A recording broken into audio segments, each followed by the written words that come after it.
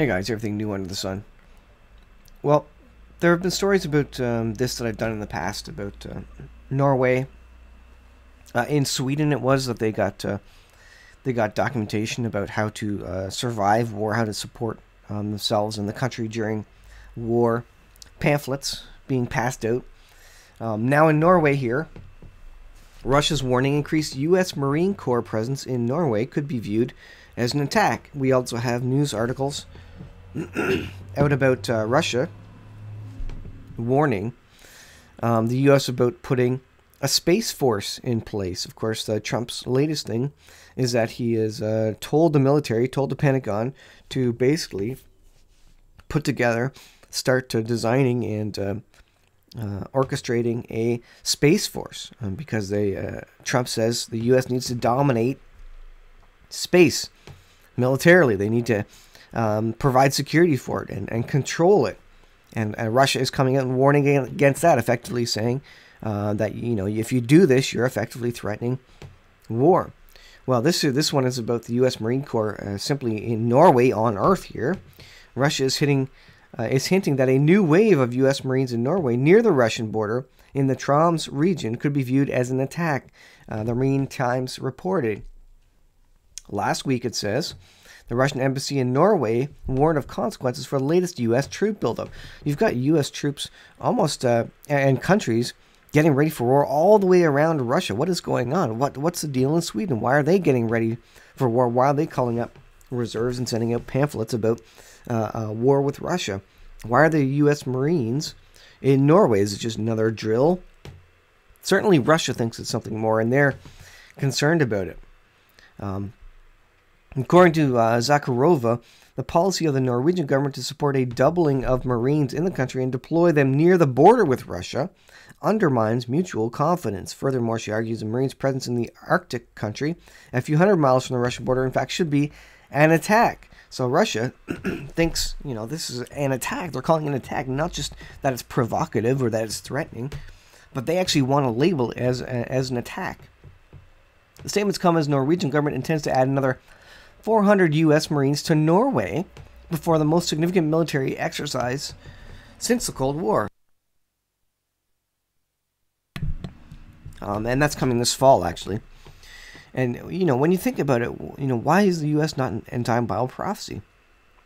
You got to imagine maybe that Russia gets fed up and does something to take the U.S. out of world power. Or maybe they trigger an economic collapse. There's news today that Russia is selling bonds like crazy. And that's really hurting the U.S. stock markets. It goes on. However, the Marines are not permanently stationed in the country, only on a rotational deployment, the Norwegian Defense Ministry stressed. It says, we paid attention to the reports of the Norwegian Ministry of Defense released on June 13th, which contained Oslo's agreement to double the U.S. Marine Corps stationed on the Norwegian territory from 330 to 700 people, prolong their rotation presence there for 5 years, expand its footprint to the north, closer to the border with our country, Russia, and create infrastructure for warplanes, so building, airports, etc., at the expense of the U.S. under the implementation of the so-called European Initiative to deter Russia. We believe that such decisions undermine the traditional Norwegian policy of non-deployment on its territory. Why wouldn't the Norwegians be able to deploy on their territory? That's what Russia's saying there. I don't know why they wouldn't be able to do that.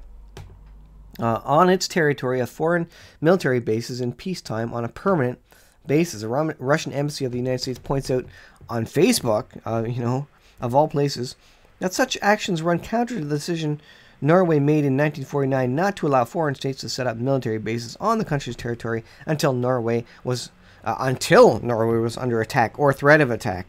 This could lead to rising tensions and trigger an arms race destabilizing the situation in Northern Europe. And the war rhetoric is increasing. You think in these last days we're more peaceful? Was it the most peaceful time of all time for the 8 years Obama was in power? No, things were building up. People were increasing military weaponry. They were storing up. They were getting ready for war, and we see this effectively breaking out now. Tensions are rising. And the whole world is gearing up, not just in the Middle East, but all around Russia. And Russia's getting nervous about this. When the Russian bear is backed into a corner, what do you think they're going to do? That's a bad thing to do, to be doing to countries, backing countries into the corner like Russia, because you're just asking them to do to make a mistake, to make some sort of strike. But I think that's coming. I think biblically, prophetically, that's what we see coming. In Ezekiel 38, Western powers aren't mentioned. What happens to them? Does Russia take them out? Does China take them out? Does Russia and China simply trigger an economic collapse, and that's enough to take out all Western governments? I mean, you think about it.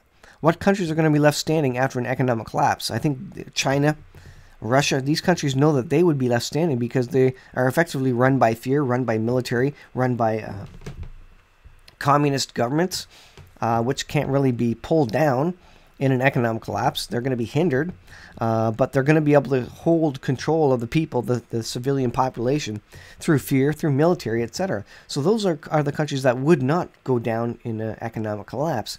You'd have countries like the United States, like Australia, like Canada, like Britain. Those would be the countries that would totally be taken out of the end-time prophetic picture by an economic collapse.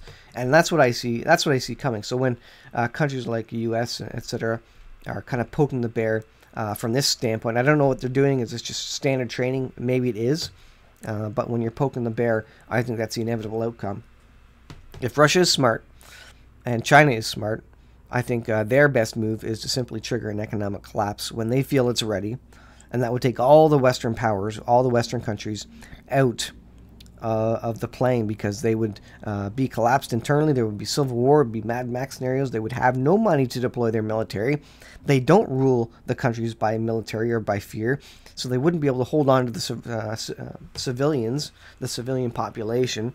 They wouldn't be able to prevent unrest like they can in China through fear of imprisonment, etc. So it's an easy way to take control, and I think they are smart. I think they're just biding their time. They're just waiting for the right moment to strike, to take down the economies of the world. And I think that's what I read into when I read these articles.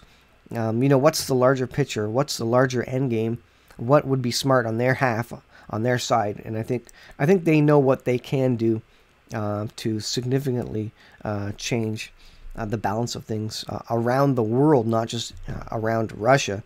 Regardless, Russia is getting nervous, and they think that there's something could be brewing there, on top of the stuff that's brewing in the Middle East. So significant stuff, guys. And I just thought I'd kind of pull all the information together, give you an idea for what I think is the potential future, and potentially the near future, as we see things happening in the world and leading to end-time Bible prophecy. Not just leading to, but actually fulfilling end-time Bible prophecy as we speak. There's a number of prophecies on the table in progress. You look at Psalm 83, for example. So thanks for watching, guys. I'll leave it there.